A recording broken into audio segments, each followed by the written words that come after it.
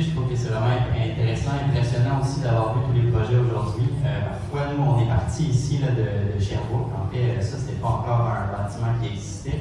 C'est le fun de voir tout là où on est rendu avec la communauté quantique ici. Puis félicitations à toutes les équipes là, pour le bon travail. J'espère qu'on va continuer à vous côtoyer dans les années à venir. Donc, maintenant, je vais vous parler un petit peu de Nord Quantique, un peu de ce qu'on fait. Là, on en est rendu évidemment, mais aussi de notre parcours au sein de l'écosystème. Puis à quel point aussi l'écosystème quantique de Sherbrooke a permis à une compagnie comme Nord de grandir au sein de l'écosystème. Donc, je vais changer en anglais pour permettre à tout le monde de suivre la présentation. Donc, my name is Julien Camirand Lemyre, co-founder and CEO of Nord Quantique. So Nord Quantique is a quantum computing hardware company, and our mission is really to build useful and efficient fault-tolerant quantum computers. And we do so by bringing to market the new technology that enables to lower error rates in quantum computing, which is basically the main blocker to access a large fraction of the market in quantum computers. So for those who are less aware of what we're talking about when we're talking about quantum computing, this is basically the picture that we should have in mind. So quantum computing is basically the next step in the computing revolution. So it's basically a new tool that we'll use to solve hard problems in a society. Altogether, it's expected to create a market of 1.3 trillion in value creation for an end user when this technology gets to scale. And this is across a lot of verticals ranging from health, life science, chemistry and materials, something that is also close to our heart with partnership developing for Nord Quantique in that verticals. Transport, logistics, finance, and also global energy are all sectors where quantum computer will have an impact. Although through replacing some existing technology in computation, but also by creating new algorithms and new ways to solve these problems. But altogether, for this to be a reality, we need to have a quantum computer that works. And you heard it previously, so this is a challenge for quantum computing technologies right now. And the challenge is really that quantum computers today make too much errors in order to really unlock these markets. And this is something that the community is trying to solve as a whole. And just to give you some numbers of what we're talking about when we're talking about computers and error rates. So here's our few applications ranging from scientific breakthrough to battery material simulation and catalysts for these materials. And roughly what we'll need in terms of quantum computing and quantum computer capability to solve these problems is roughly a machine that's at 100 to 1,000 qubits. But it is able to carry millions to trillions of gates. So the gates are the operations that are carried on quantum computers.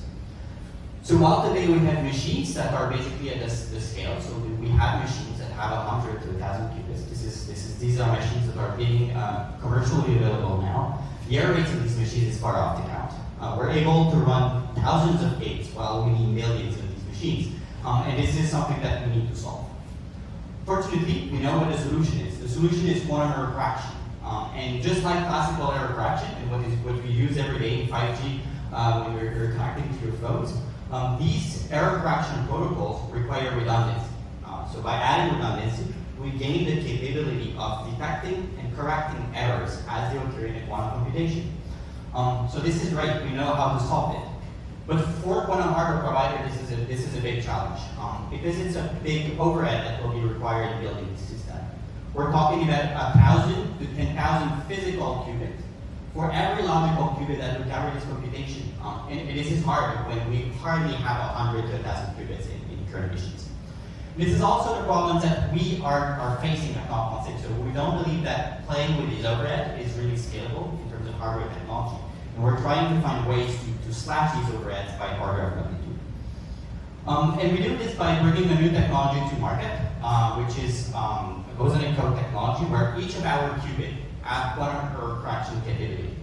And what we demonstrated in 2023, so we were the first industry player to gain from quantum error correction. So to be able to implement a logical qubit, which has lower error rates through the performance of quantum error correction. And this is what we did here in Sherbrooke. And while others like Google have also progressed in that roadmap, also showing progress on lowering errors with quantum error correction, they needed 100 qubits to achieve performance that's a bit higher than what we've demonstrated here. And this is really where our technology has an impact in terms of lowering the overheads for quantum error correction and also scaling these machines. But not only this, the fact that we use lower resources and also that we use superconducting qubits as a basic platform for these systems also reduce the time that will be needed to solve useful problems in the industry. For example, a typical benchmark program algorithm that is used for these systems is RSA-2048, basically cracking the internet or cracking the secure communication. This would take hours to run on our machines, well, many years on other machines that run at much slower pace. So this is where these kind of technology, lowering the overheads not only on counter qubits but also on the clock rate are very important. So now Nord Quantique, so this is something that we are building. Of course, we're scaling. So we're scaling the technology, we're improving performances, and also scaling the team.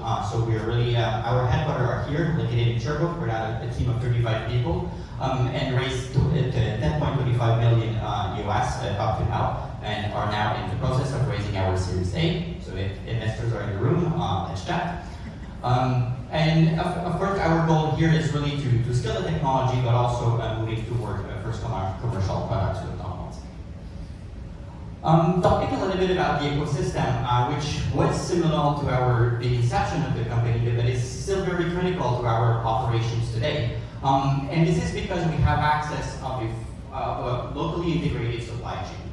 And what we mean by this is that in the area of Sherbrooke, we have everything we need to fabricate, package, benchmark our quantum chips. And this is pretty rare in the quantum industry right now for startups to have access to this broad pool of infrastructure without having to pay for some of these pieces.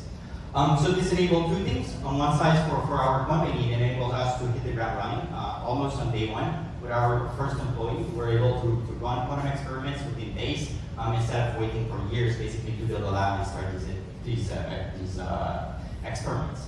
And for us, it really goes a long way from Espace Quantique, where we have our headquarters, our offices here, but also access to cutting-edge labs for developing this technology. Same goes with Institut Quantique, with whom we also have collaboration across the stacks, from research that really is on bosonic codes, trying to bridge the gap with higher performance qubits, but all the way also to developing algorithms for these systems. And now also the fabrication, the chip fabrication, so we demonstrated at 3IT the highest performing superconducting circuits fabricated in Canada. So this is done by our team in the infrastructure here. But also looking toward with something that we recently announced with C2MI, infrastructure to scale the system and make them more reliable by building a dedicated fabrication line for superconducting circuits. And all of this is in our backyard. It's also very structured, so it was easy for a company like us to leverage this. So a lot to leverage from in the Sherbrooke ecosystem. Altogether, so I mentioned that we are in the process of scaling. So what is to be expected from us in the coming years? Of course, more qubits. So a lot of people are talking about qubits. So in 2026, we also aim to have our first commercial product, which is the DCS system, composed of two handfuls, so 10 more logical qubits of our system that will become commercial. And we're already having commercial traction for such systems. So Nord Quantique is really a hardware company, so we focus on the hardware. So, and for us, hardware actually stops at middleware. So we build the hardware, but also build the stacks that enable us to control these systems. But we don't work on the application sector. For this, we work with partners like OTI Avionics. So OTI is a company that builds OLEDs, so we manufacture OLEDs, and they are interested in using quantum computers to solve the challenge that they have. And with them, we basically co-develop the stack, so they are building the application, but we're bridging with our hardware so that it will run on near-term machines from Nord Quantique. And so this is something that is also going on with Sumitomo corporations or Fortune 500 company, also looking into these systems, into energy and material sectors. So this is what I had to say about Nord Quantique, and we'll be really happy to chat with you later today. And again, congratulations to all the teams that went to contribute. This is really impressive.